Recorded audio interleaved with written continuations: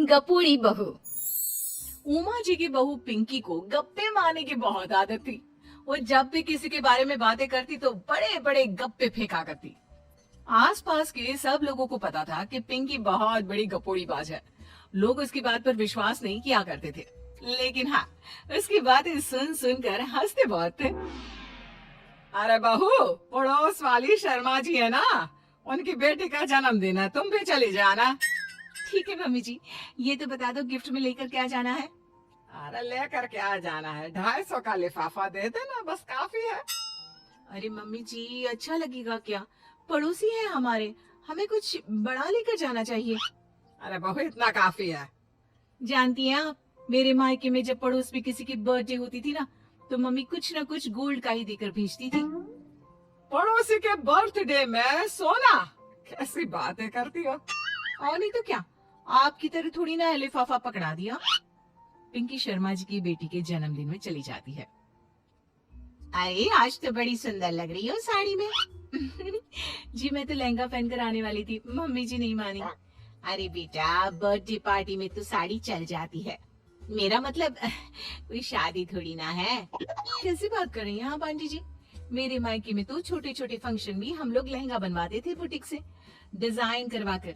चाहे पड़ोस में किसी का जन्मदिन हो, मेरी मम्मी हमेशा बुटीक से नया लहंगा डिजाइन करवाती थी।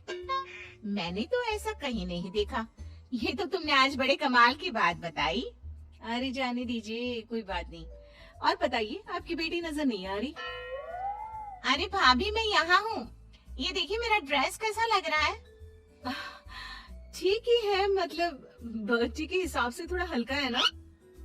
अरे भाभी, इतना सुंदर गाउन पहना है मैंने। मैं ना शादी से पहले अपने बर्थडे पर हमेशा जरी वाला लहंगा पहना करती थी, यही मैं तुम्हारी मम्मी को भी बता रही थी। इसके बाद केक काटने का प्रोग्राम शुरू होता है। सब लोग इकट्ठे हो जाते हैं। शर्मा जी की बेटी का केक देखकर पिंकी से रहा नहीं जाता। उसके अंदर का गपोड़ी बाज बाहर निकल कर आ जाता है। अरे इतना छोटा सा केक! अरे बेटा, मेहमानों के हिसाब से ही है, जितने लोग इतना बड़ा केक।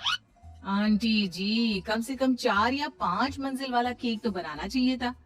आपकी बेटी का बर्थडे रोज रोज थोड़ी ना आता है। मेरे बर्थडे पर हमेशा पापा 4 केक बनवाते थे, सारे केक 4-4 मंजिल के होते थे। वहाँ पर सारे लोग उमा जी के मोहल्ले के ही थे और वो पिंकी के गप्पे मारने की आदत से अच्छी तरह वाकिफ थे, इसलिए सब लोग उसकी बात सुनकर हंसने लगे, लेकिन किसी ने पिंकी से कुछ नहीं कहा।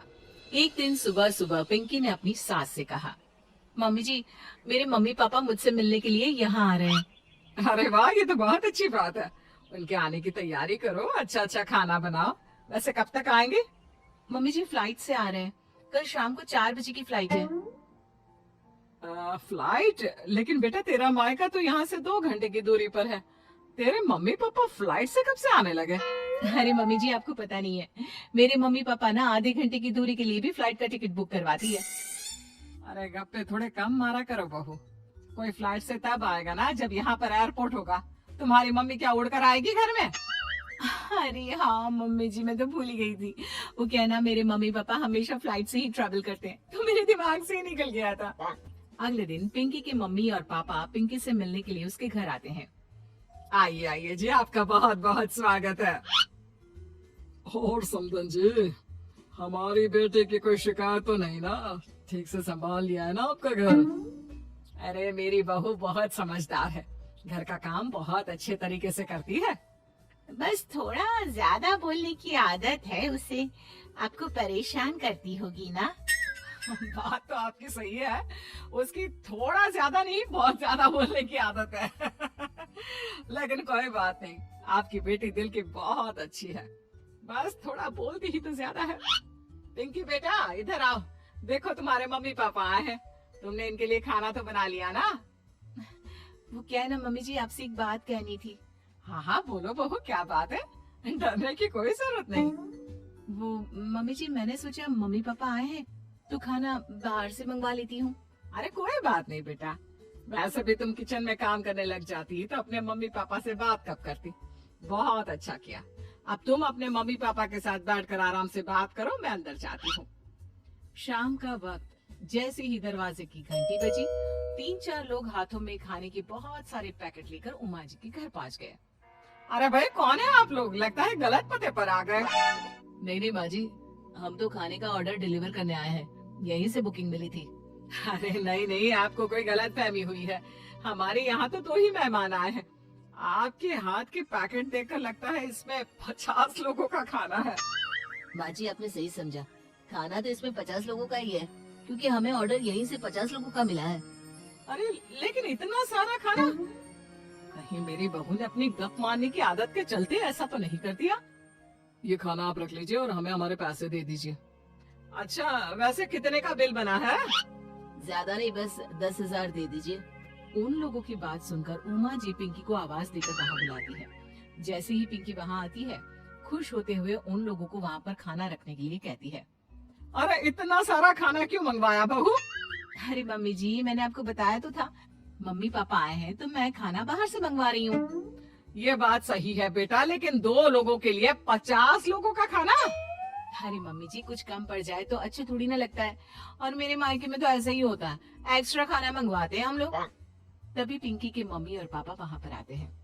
अरे बेटा, एक्स्ट्रा खाना मंगवाने का मतलब ये थोड़ी ना होता है कि 2 लोगों के खाने के लिए 50 लोगों का खाना मंगवा लो।